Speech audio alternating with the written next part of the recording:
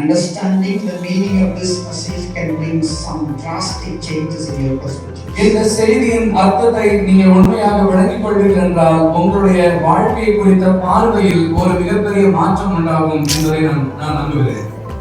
We need to shift our focus from what the Lord wants to do for us, what we want the Lord to do for us, to what the Lord wants us to do for Him.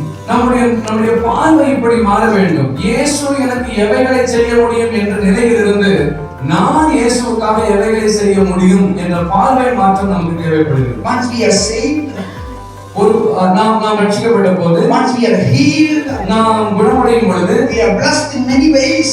நாம் பல விதங்களில் ஆசீர்வதிக்கப்படும் போது, and our prayers are answered, நம்முடைய ஜெபம் கேட்கப்படும் போது, when we see miracles in our family, நம்முடைய குடும்பத்தில் அற்புதங்களை நாம் பார்க்கும் பொழுது, God expects us to witness to others. நம்முடைய வாழ்க்கையில் நன்மைகளை ஆண்டவர் செய்யும் பொழுது அதை குறித்து சாட்சியாய் நாம் உலகத்தில் இருக்க வேண்டும் என்று கர்த்தர் நம்மிடத்தில் எதிர்பார்க்கிறார்.